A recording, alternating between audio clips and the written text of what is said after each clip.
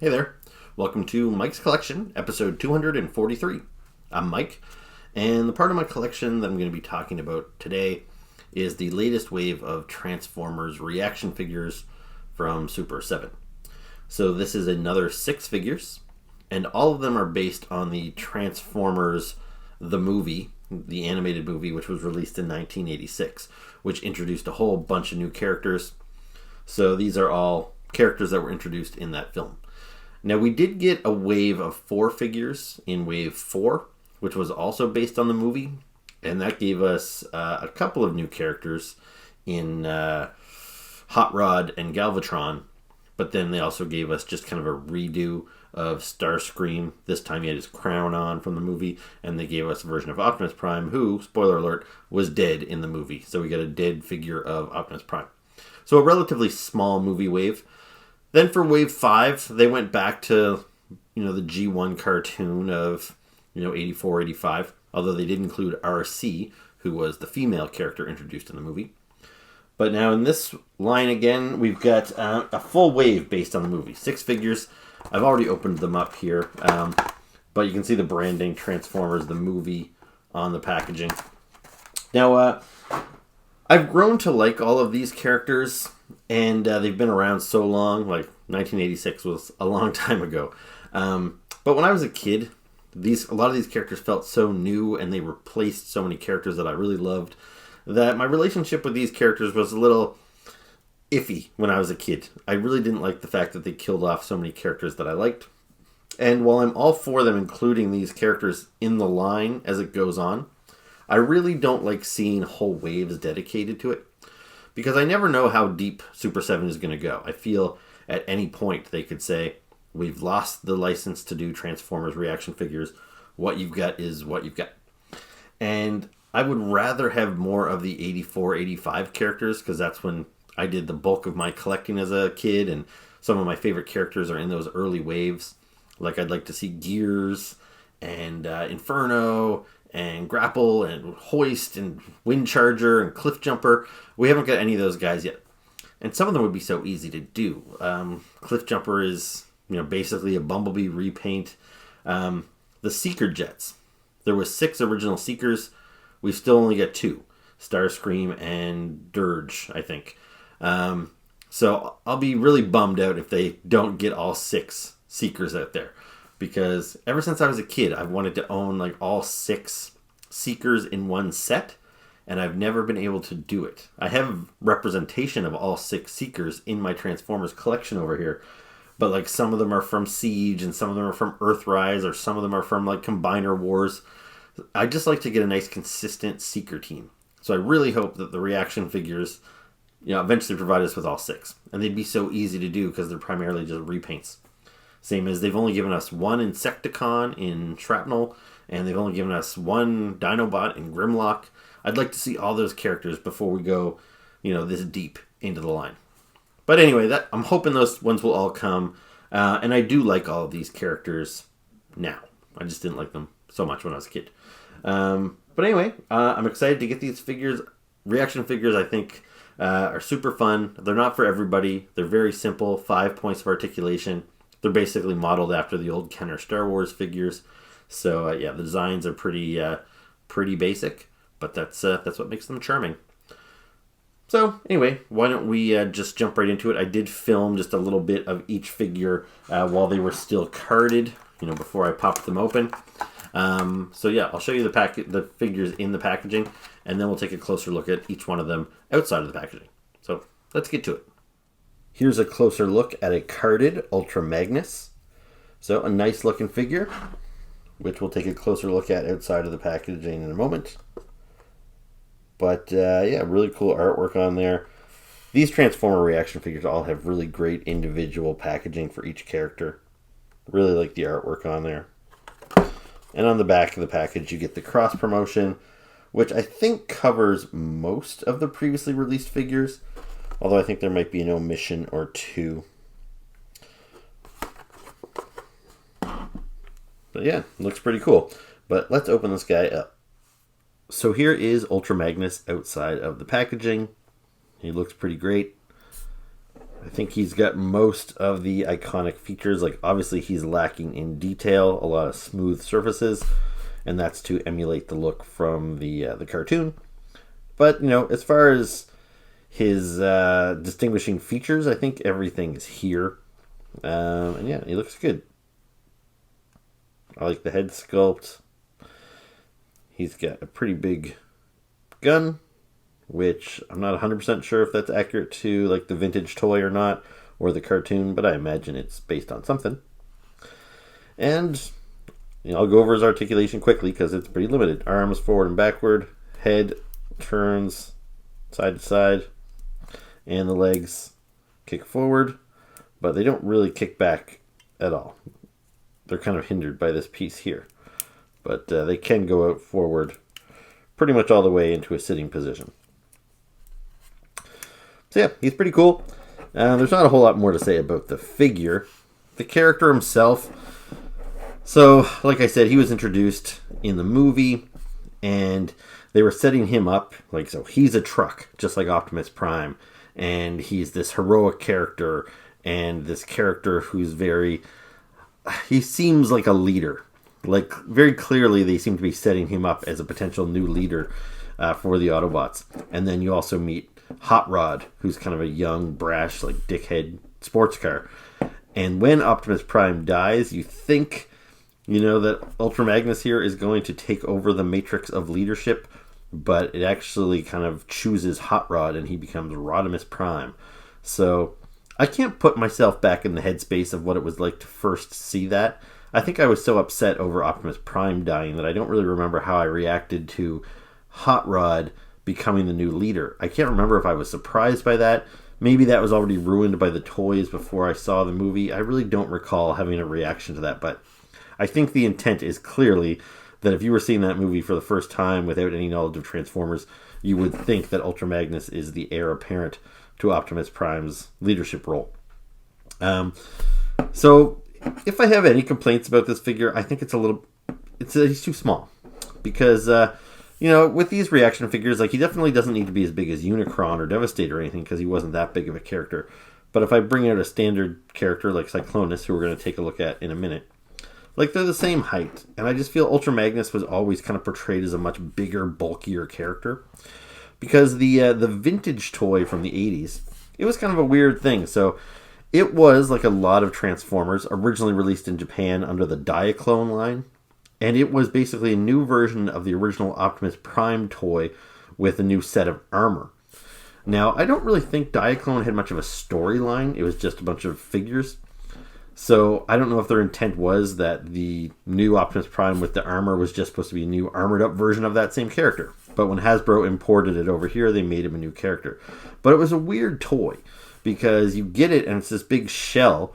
But when you take all the pieces of armor off, it was just a white repaint of the original Optimus Prime, which was kind of confusing because I don't think they delved into that at all in the cartoon. They didn't hint at the fact that there was a white Optimus Prime inside of him, but that's what the toy was like. And in the years since, sometimes they lean into that and sometimes they don't. Like, for example, Hasbro has their own line right now of non-transforming Transformers called the Red Series in the 6-inch scale. So here is the Ultra Magnus figure that came out last year or the year before. And that's what he looked like. He's just a white Optimus Prime. Doesn't look much at all like this character. But then the Ultra Magnus that I currently have in my collection, which I really like this figure. This is the War for Cybertron version of Ultra Magnus. You can see he looks much more like this. But inside of all this armor, which I'm not going to take it all off, but there is just a white Optimus Prime kind of hiding inside of here. So again, sometimes you get the Optimus Prime, like just the inside character, and sometimes you get the full armored look. Anyway, he's an interesting character. I'm glad that we got him in the ReAction figure. I wish he was a little bit bulkier, because you can see what I'm talking about here, how he is such a big, bulky character. But yeah, I don't know if I have much more to say about this, so let's move on. Here's a closer look at Cyclonus, still carded. So again, we'll take a closer look at the figure outside of the package here in a moment. But right now, I just kind of want to show off the really nice original artwork on the card here. Looks great. Same cross promotion on the back. I'm not going to bother showing you that for every figure. So, yeah. Let's not waste any more time. Take a closer look at this figure. So here is Cyclonus out of his packaging. And I think he looks pretty great. Pretty true to the animation model, I believe. And he's kind of a strange little design with these little bunny ears. But, I don't know. Somehow it always kind of worked. It could almost make him a bit of a laughing stock, I think. But, yeah, I don't know. It always seemed to work design-wise. Another thing, I always thought Cyclonus looked cool. I never didn't like Cyclonus. And one thing I really liked about him is that after he was introduced in the movie, he became Galvatron's like right-hand man, the new general in the seasons that followed the movie. And I like how serious he was. You know, a lot of Transformer characters, especially sidekicks like Starscream, always get played as bumbling fools.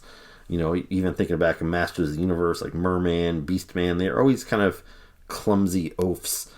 And I didn't really like having any of my characters, when I played with my toys, portrayed as clumsy oafs. Maybe one, but definitely not a whole team of them. And I really liked how Cyclonus was portrayed as kind of a real menacing, serious villain. But one of the reasons why it was kind of hard to embrace him is the whole point of the Transformers movie largely was to replace all these characters from 84 and 85. So on the Autobot side of things, they straight up just killed a whole bunch of them. And you just saw their corpses laying around on the ground after the big battle at Autobot City. When it came to the Decepticons, a bunch of them were gravely injured. And as they were fleeing from Autobot City, they were all riding an Astro Train, who's one of the Decepticons that turns into a rocket ship. And he said that he had to dump some of his cargo. So the Decepticons that weren't injured said, well, let's get rid of these injured guys and we'll just dump them off into the, you know, to float away in space, which was pretty cruel, but they tossed out a bunch of Transformers, including Megatron. And then Unicron, the evil planet, comes along and he takes the remains of those dying Decepticons and he reformatted them into new characters. So Megatron became Galvatron, which was fine because basically you could tell that it was still Megatron in there. It was basically just like a new body, but it was still Megatron. But when it came to characters like Cyclonus, they took characters that had their own personalities and that, you know, kids like me really liked, like Skywarp and Thundercracker of the Seekers, and all three Insecticons, which I really liked. And those characters got reformatted into Scourge and Cyclonus and the Sweeps. And so then those characters came along and they all had their own vibe. And you're just like, so what happened to the Insecticons and stuff? Like, you'd kind of expect maybe their personalities to carry through into these guys too, but they didn't. These guys just became all new characters. So I liked Cyclonus, but I didn't like him at the expense of Bombshell. So, you know, what are you going to do? But anyway, in like current comic book continuity and everything, Cyclonus is his own guy. He wasn't made from another reformatted Decepticon. And I prefer that origin much more because I don't have to sacrifice another beloved character in order to get him. So yeah, he's very cool. And speaking of the modern comic books, Cyclonus is one of these characters that, as much as I always thought he was cool, the new comic books by IDW have really made him a much more interesting and likable character. So if you haven't read any of IDW's Transformer books, I highly recommend them. So especially the books featuring Cyclonus here, which would have been the line called More Than Meets the Eye, which later became The Lost Light. Really good comic books. Anyway, I'll just do a quick comparison with my main Cyclonus figure that I have in my collection right now. This one just came out a couple of years ago, again, as part of the War for Cybertron line. It's a really cool figure. I love that one a lot. So yeah, I think the look carries over pretty well. The designs are similar. The ReAction figure is a little darker. I'm not sure which is more accurate to the cartoon, but anyway, I like them both. It's a cool figure. So let's move on to the next guy. Here's a closer look at Wreck-Gar in the packaging. So again, really great artwork on the front. Wreck-Gar is not one of my favorite characters, but I can still appreciate the really nice artwork that they've got there. Looks good, but I'd rather take a look at this guy outside of the packaging. So here is Wreck-Gar outside of the packaging. So this was a character that I didn't I didn't hate the guy, but I didn't love him. Some of the new characters introduced in the movie were kind of annoying because they all had these little quirks. Like Blur, he spoke really, really fast. And Wreck-Gar here, so he's not even really a Transformer. He's a Junkion from the planet of Junk. And they spoke all through TV sound bites. They were obsessed with TV. So, he was kind of obnoxious that way. There was also Wheelie, who spoke in rhyme, also quite annoying. So anyway, Wreck-Gar had kind of a fun design because, as you can see, he's got a beard and mustache, which is kind of strange for a robot. But at least it made him stand out amongst the other Transformers in our collection. Now, I didn't have this guy as a kid. I didn't have a lot of these guys as a kid because, like I said, I was mostly collecting Transformers those first couple of years. I'd kind of lost interest in the toys by 1986 because I was more focused on G.I. Joe and maybe Battle Beasts by then. But, so we didn't have too many of these 1986 figures. But we did have Wreck-Gar. And when I say we, I'm referring to my older brother, Doug.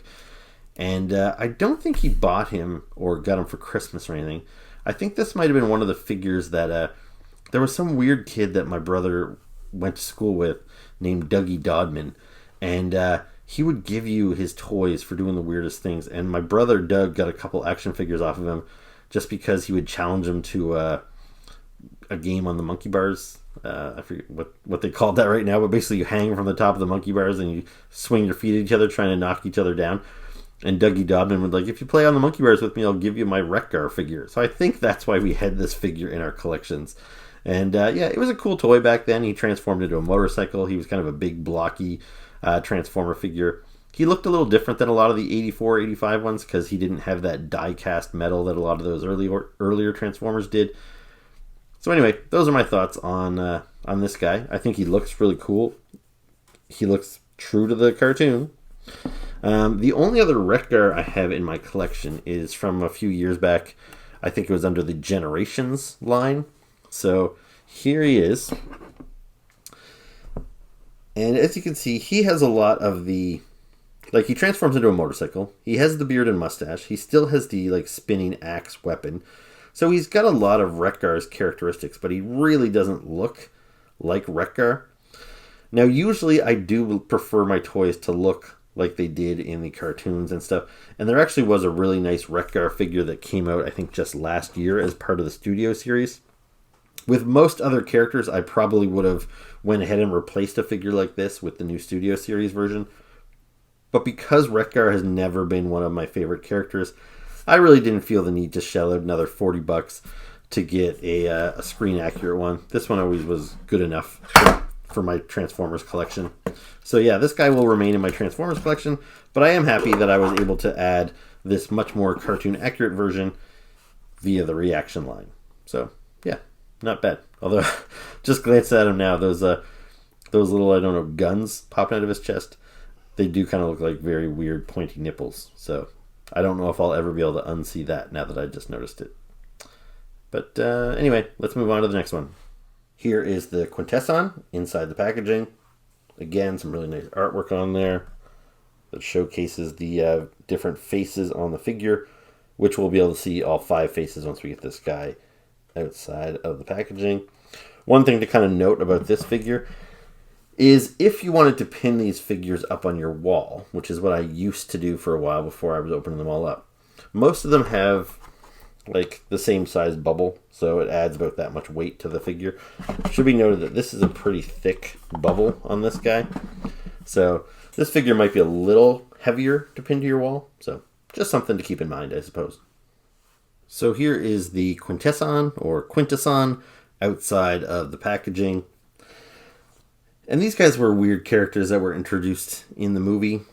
It's been a while since I've watched the movie, so I can't remember how far into the origins of these guys they went.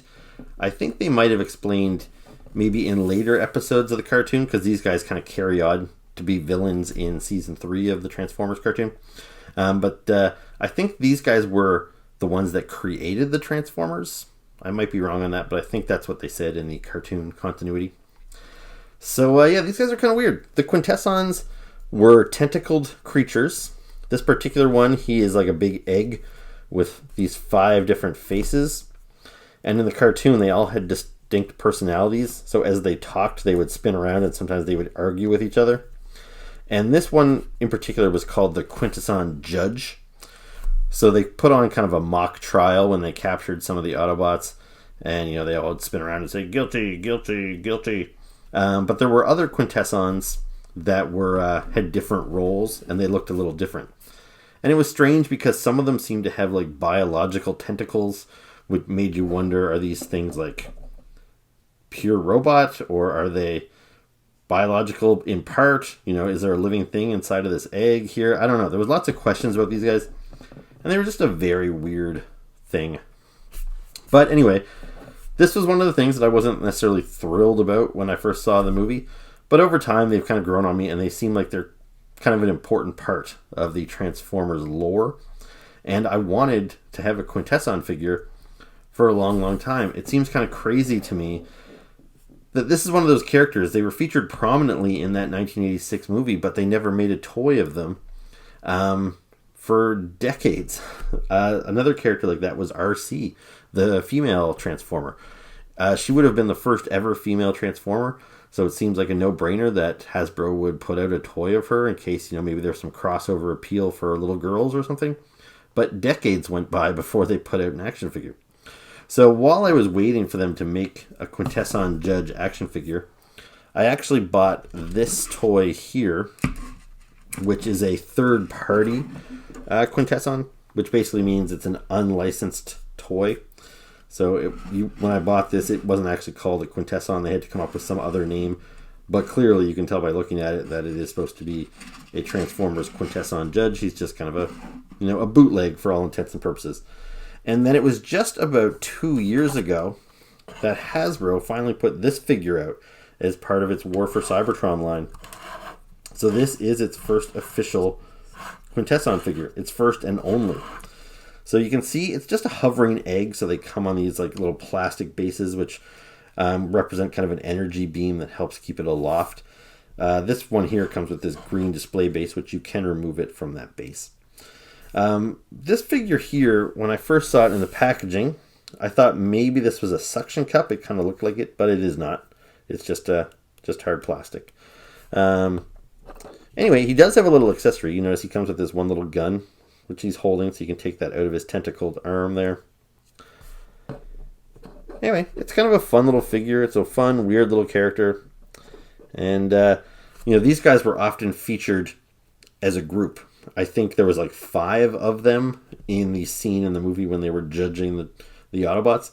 So, I now have 3 of them. Who knows? Maybe in another couple of decades I'll have a full 5 and I can recreate that scene. Anyway, let's move on to the next guy. Here is the Sharkticon carded. So like the Quintesson, he has a very deep bubble. Even more so than the Quintesson. So you can see how far that comes out from the packaging when compared to the Quintesson, when compared to Wreck-Gar. So this again might be kind of a heavy figure to pin up on your wall. But it's a great character. One thing to note is that he is in his piranha or shark mode, I guess. And they've only done that once before in this line, is they gave us the Grimlock in his T-Rex mode, but we also got him in his robot mode. So I guess time will tell if we're going to get the Sharkticon in his robot mode as well. But if we were only going to get him in one mode, I do prefer this shark mode. So anyway, let's open him up and take a closer look. So here is the Sharkticon outside of the packaging. And this guy's a lot of fun. I really like him.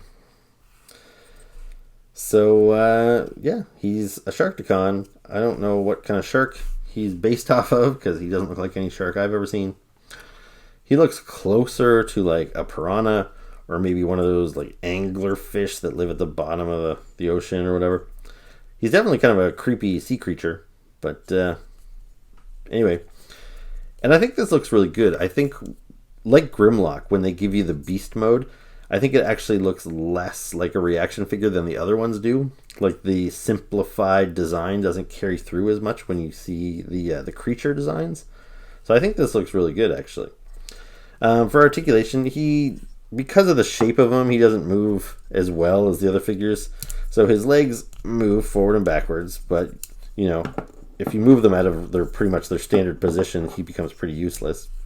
His arms, they do move, you can see here, but they're so thin, I'd be scared if I move those too much that they could break right off. So I probably won't move those around very much. His tail, it can be spun around, like so. But best of all is his jaw is articulated, so you can kind of get him to do that crunch motion, which is great. I'm glad that moves. I would have been kind of bummed if it was just static.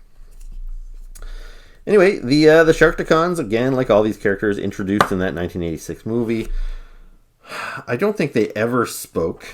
They were kind of just like dumb-minded beasts, even when they were in their robot mode. And as I mentioned a minute ago, the Quintessons, they would hold kind of a mock trial.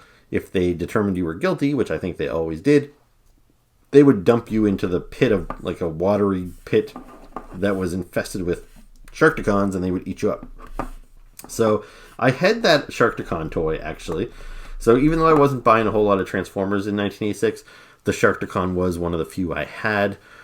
I imagine I probably asked for it for Christmas that year because I do love creature characters like this. I really do like this design a lot. And I really did love that Transformer. I got rid of pretty much all of my childhood Transformers when I was a tween or a teenager. And the Sharkticon is one of the ones I regret getting rid of the most. I wish I had held on to that. Anyway, when I did start collecting Transformers again as an adult, I really wanted an updated version of the Sharkticon. And Hasbro was just not making them. So again, like the Quintesson, I went to a third party. There was a couple different companies that made their own version of the Sharkticon. The one that I bought, I forget the company that made these, but here is their Sharkticon. So this is not officially licensed by Hasbro. And, you know, he's pretty cool. I like his translucent eyes and his many rows of teeth. You know, he's pretty cool. So I like that guy quite a bit. And he actually came in a 3-pack. The characters were named after the 3 main characters of Jaws. So you got 3 Sharkticons. One was called Hooper, one was Brody, and one was Quint. So in my display, I keep 2 of them transformed into sharks, and then I keep 1 of them transformed in their robot mode. So this is pretty true to what the Sharkticons looked like when they were in the robot mode. Kind of these little short, little stocky guys. Pretty round. Now, I think it was shortly after I got those 3 that Hasbro did put out their own Sharkticon, but he was kind of a disappointment. He's just this little bitty guy, which never really felt like he was doing the Sharkticons justice size-wise. If I transform him, and I'm not sure how quickly I can do it here. I don't think I'm gonna do it properly, but let's see. Something like this. Yeah, you get the idea here. Something like that. You can see he wouldn't be much bigger than the ReAction figure. He was way too small as far as I was concerned. But then I think it was just last year or maybe the year before, we got a Studio Series version, which I have here. So this is a pretty cool figure too. He looks pretty accurate to the cartoons. I've got him displayed in his robot mode. But you can kind of see, if I flip his head around here, what his shark mode would look like. So he looked pretty cool. I was a little disappointed, but he feels a little wonky, like he doesn't snap together very good. I find his parts are loose and they flip around like that. So he wasn't the perfect Sharkticon that I was kind of hoping for. But anyway, I do hope that maybe in a future wave of ReAction figures, we do get another version of the Sharkticon in robot mode. I think that would be pretty cool. But anyway, yeah, this is a cool little character. But let's move on to the last one. So the last figure we're going to take a look at is Unicron. So here he is on the card.